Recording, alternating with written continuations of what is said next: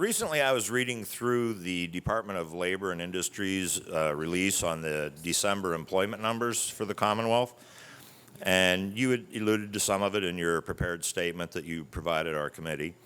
And of course, the good news is that the labor force is up by some 102,000 people, or 1.6% over last year. Of course, the bad news is that the unemployment rate jumped to 4.5%, which is 100 basis points higher than the national average of 3.5%.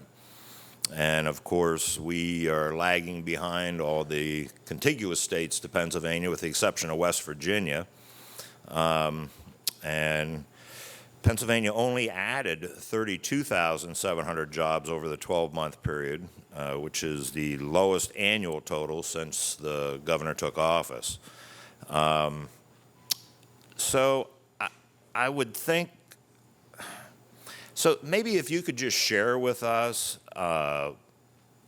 what your thoughts are on how the Commonwealth of Pennsylvania could be more competitive with other states, specifically what your thoughts are, what we need to do on a perhaps a regulatory perspective, what needs to be done on a taxation standpoint, energy cost.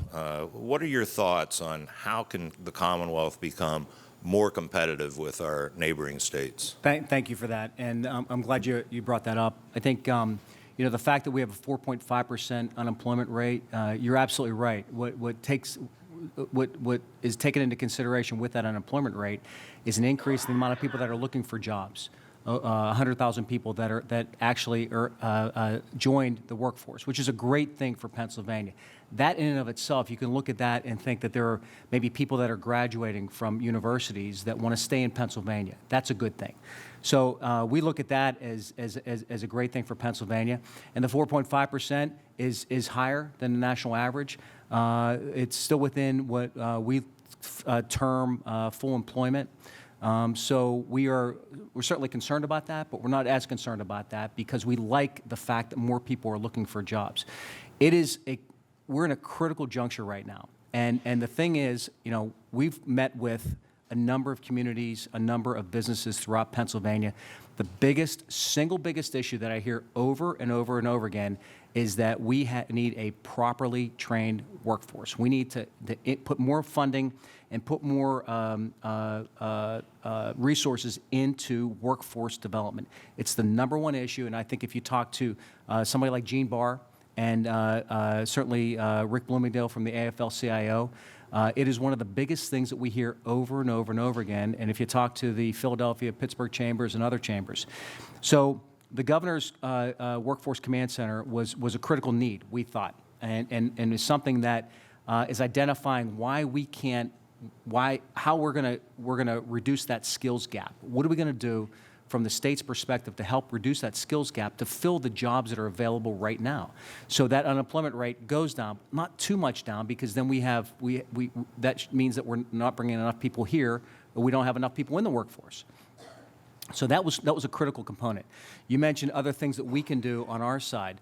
The corporate net income tax we have the 3rd highest corporate net income tax in the country. That is something that has to be reduced. I have meetings consistently, probably every 2 or 3 months, with the staff, with the site selection community, and we do these events where we'll do a luncheon and hear from site selectors in New York or in Chicago. We're going to Atlanta, I think, this year, and then in Texas, and look at what they're looking at in Pennsylvania. And the thing about it is, I think that incentives always get, you know, the big headlines in terms of, you know, why companies are moving from place to place, and it's really far down on the list of what companies are looking for. The issue is that we need a strong workforce, and we need to reduce that corporate net income tax. We have to do it. And I think if we can look at those issues and those initiatives, we have a much better opportunity of getting companies in Pennsylvania to grow. Much better opportunity to get companies outside of Pennsylvania, and frankly outside the United States, to come to Pennsylvania if we can do that.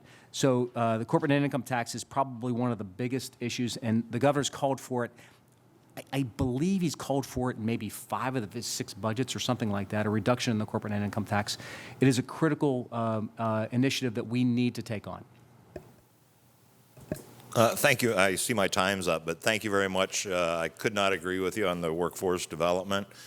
Coming from Lycoming County and Penn College, that does a wonderful job, working with industry to prepare the future workers. So workforce development, obviously, the corporate net income tax, obviously. But I would like to talk to you someday about our regulatory reforms that must take place, because I think the regulatory reforms play a key role in not being able to attract some businesses. Thank you so much. I'd love to talk to you about that, Representative. Okay. Yep, Thank you. thanks.